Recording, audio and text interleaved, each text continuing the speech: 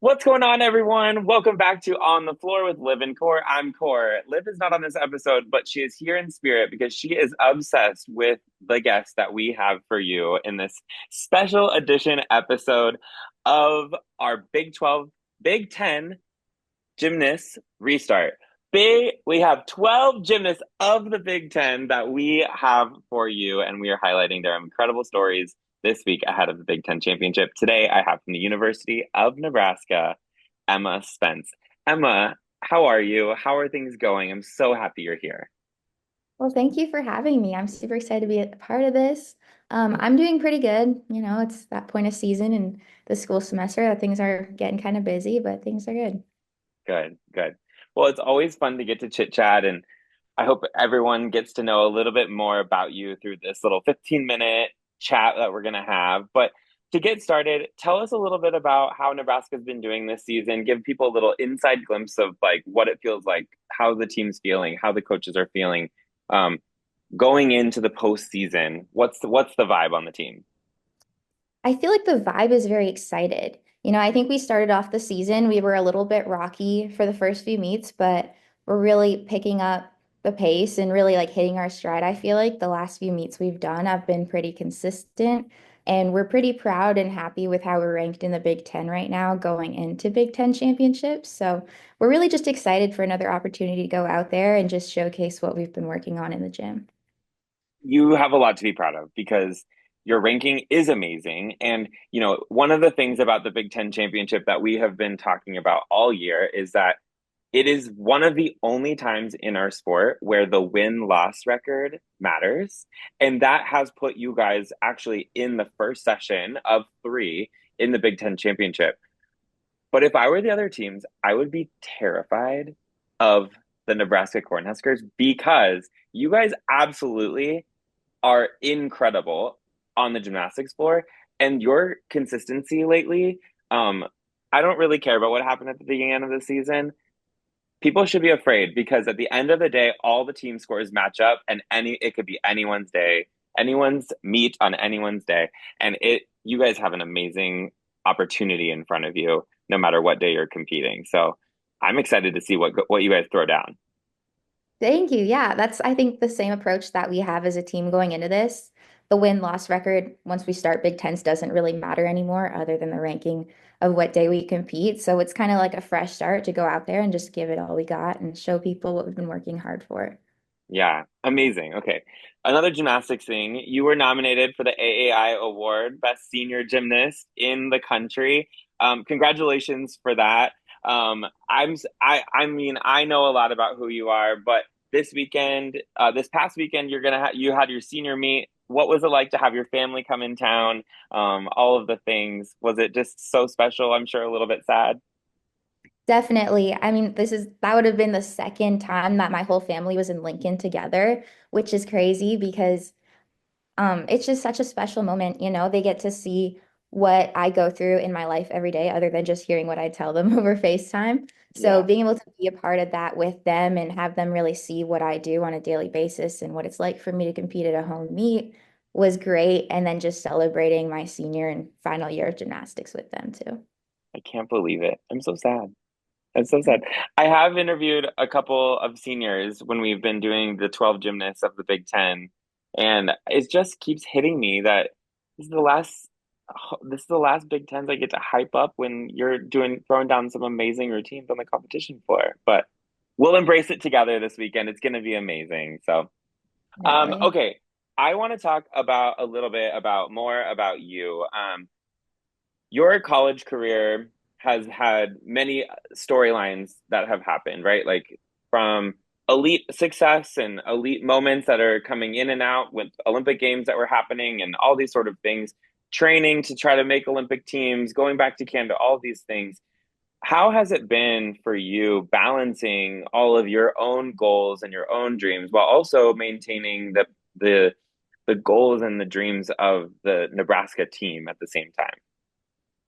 I'd say it's definitely been a lot of balancing, but I honestly really could not have done it without the support and the staff at Nebraska.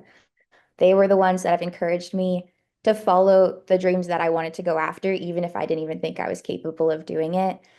going for my second run at the Olympics for Paris was definitely something that really stressed me out. And I was just really intimidated by because I already didn't make the Olympics once, and having to put myself in that situation again, I was really nervous of like what happens if I don't make it and all that kind of stuff. But the coaches were really encouraging, really supportive, and we kind of reframed it rather than just the goal of making the Olympics. It was part of the journey and the process that I was really trying to embrace and enjoy.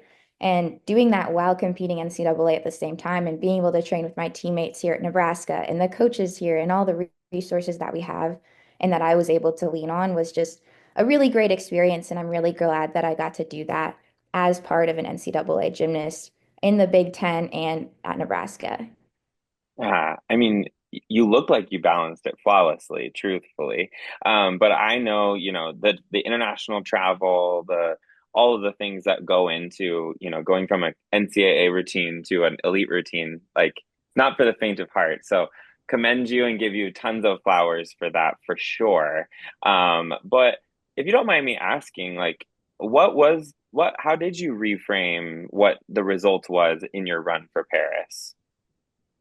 Yeah, so it was very chaotic. You're right. There was a lot of different adjustments that I had to make, the different settings on bars, the different settings on vault, adding skills into my routine, making them longer. There was all that kind of stuff that just made it extra chaotic. And then last season, for example, once the NCAA season was done, I had about a week and a half, 2 weeks off.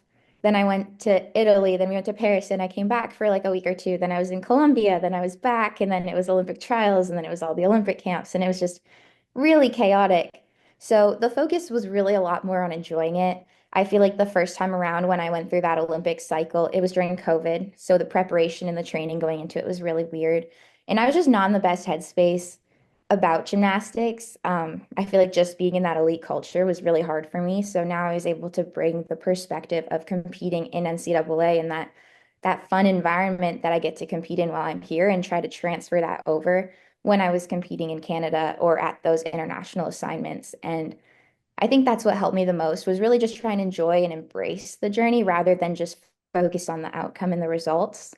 I think something that really helped with that or and kind of like made it more special was that there were actually a lot of girls that were either going into NCAA this season or have competed in the NCAA in the past that were on that journey with me. So a couple of girls from Iowa, for example, we competed together at those international assignments heading into Olympic trials, which was really fun because we all had like the same mindset of just trying to enjoy the experience because it could have been our last time doing that as well.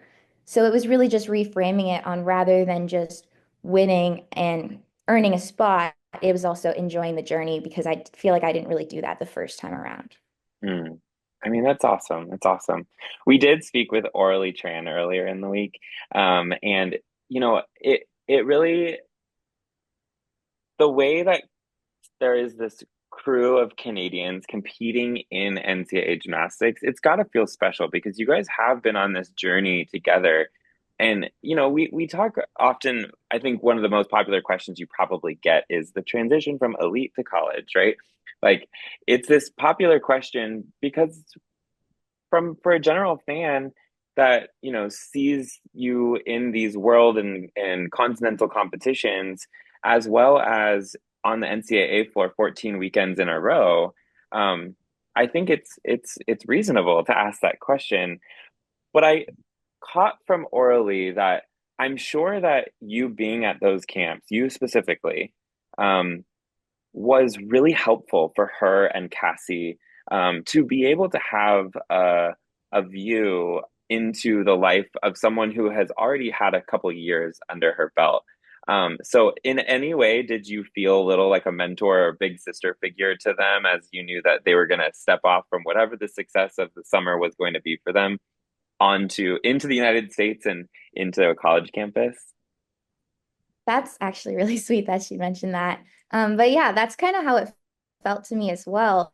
Like I roomed with Sydney Turner a couple different times heading into trials and at international meets, and she would ask a lot of questions about what's it like being in the US? How does this work? How does this work? What about transitioning or balancing both?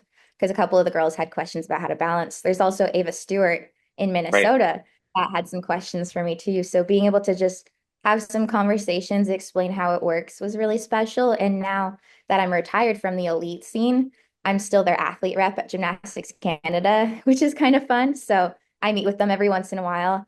We actually had a meeting recently, the NCAA girls with me and one of our program managers at Gymnastics Canada, just to talk about that transition and if they are planning on heading into elite this summer, how Mm. that works. And I was kind of able to share my experiences with them. So I'm really glad that, I mean, we're competitors on the floor, but behind the scenes, we work together and I'm still trying to help them achieve their dreams inside the NCAA system, but also in the elite setting if that's what they want to continue doing.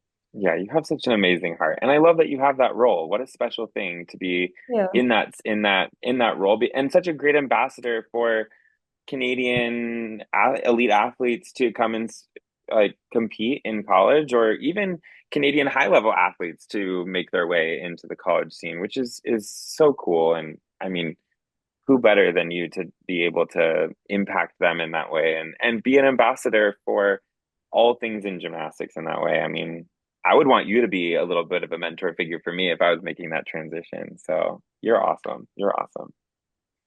Um, One thing that also stands out about the past couple of years that I wanted to chat about was there have been some cause-related efforts that have come from you and that you've spoken out about over your time at Nebraska.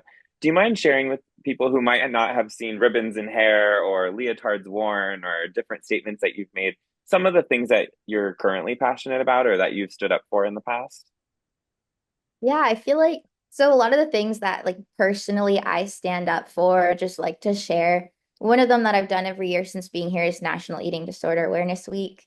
I feel like that one's really important. I mean, I've struggled with that kind of stuff throughout my career, and I know a couple of teammates that have, and it's just something that's really been an issue in gymnastics for a long time. So just kind of raising awareness to that. I mean, I do feel like the culture in gymnastics is changing from how it used to be with the restrict your eating, you will be the best gymnast that you can be, like kind of that mindset.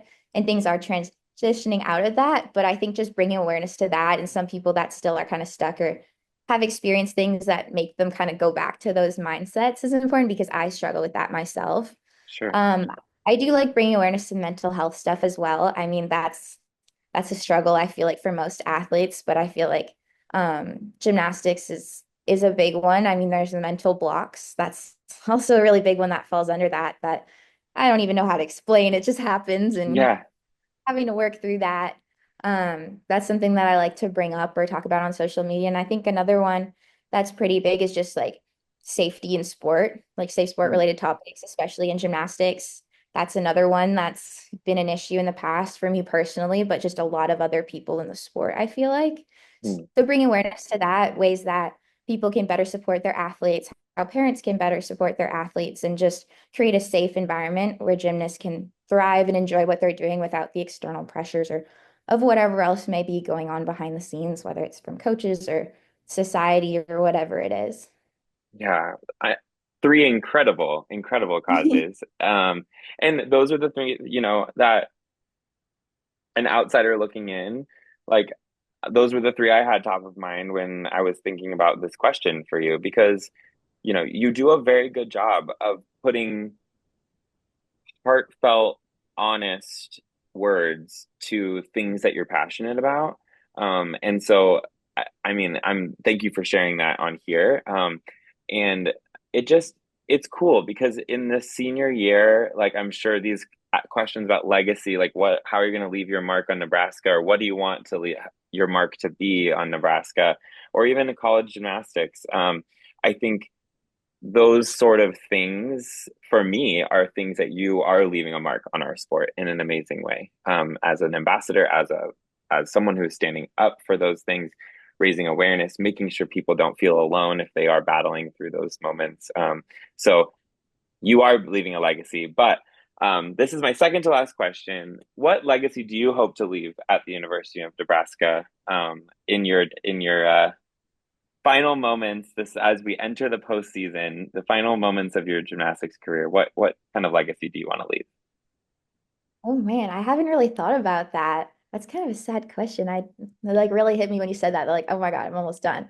Um, I think just like the energy that I bring into what I do. I mean, Mm, sometimes I look pretty intense when I compete, especially going into my routines at meets. I kind of just sit on the floor in the corner and collect myself before going out. But just like the excitement and like the enjoyment for competing when I'm out there on the floor. I think that's something that I've kind of brought since a freshman coming in after my first few meets going into it. And yeah, just the way that I'm able to kind of help the team come together in moments of adversity and really push towards doing the best that we can because the team that we have here is so capable of doing great things. And sometimes just a little reminder here and there, tell a couple girls how amazing they are, makes a huge impact. And it really allows people to fully believe in themselves because we are so capable. So just being able to kind of put that energy into this team and the individual athletes to help the performances and just the energy that we bring to the meets just be a little bit more energetic. I love it. Those are two very great things. I love that. I love that. Okay, Olivia actually just texted me to remind me of a question I'm supposed to ask you. She Okay. wants to know about you taking your hair down before you do floor. So where did that come from? What is that about? Is it just a general feeling you have in your floor routine? Is it like part of the choreography or story? Like tell me when you take your hair down, what is the story? Well, at first, when it was in my last routine, the burlesque one, well, we watched the movie Burlesque before. The choreographer told me to go watch the movie so that I fully understood what I was about to be doing. I was Good. like, all right.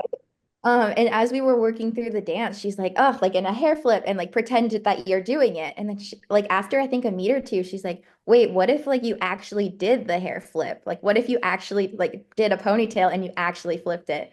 I was like, all right. And that's kind of what started it. I did that for the burlesque routine for 2 years. And then after doing it for 2 years, going into this next routine that I have now, it was like, hey, this is something that you've been doing for 2 years. I feel like it's kind of your signature thing. I Let's love that. continue to the next routine. And then we built in like hair choreo, I love Liv it. used to call it. And that's kind of why I do it now. It's fun. There's not specific meaning behind it, but it's fun. And now it's just something to do. Yeah, I mean, hey, it caught our attention. You know, I'm sure other people notice when your hair comes down. So that's so fun. That's so fun. Okay, Emma, last question, I promise. We're asking all 12 athletes this very same question. Um, the Big Ten has a very special gymnastics community, and many athletes are bonded. And, you know, we've spoken about your Canadian teammates. But my question to you is there another Big Ten athlete, and who are they, that you are inspired by? Another Big Ten gymnastics athlete that you're inspired by? Someone that I'm inspired by and I just love to watch is Skyla Schulte. She is just an incredible performer and her gymnastics is just beautiful and I love watching her. Oh, we literally got to talk to her earlier today, and she is amazing. She's so special. I love that. Well, one thing that I told orally in our conversation was that Olivia and I must be in an all Canadian photo. So when that happens, we want to be your honorary United States of America fans with the Canadian photo. So we will figure out a time to make that happen when we are all in Ann Arbor. But with that, Emma, thank you so much for hopping on here today. We are so grateful that you're here and cannot wait to see you perform this weekend with Nebraska. Of course. Well, thanks for chatting with me. This was fun. Of course. That is one more episode of no, I keep messing it up, you guys. It's because we've been doing so many of these and we're so excited for the weekend. The 12 gymnasts of the Big Ten special edition episodes of On the Floor with Liv and Cor. I'm Cor, and that's Emma. So not Liv, but that's Emma. So this one should be called On the Floor with Emma and Cor. That's the first time I've said that, so we'll go with that. With that, end of this episode. Thanks so much. Stay tuned for more of the 12 gymnasts of the Big Ten, and we'll see you this weekend. Bye, guys.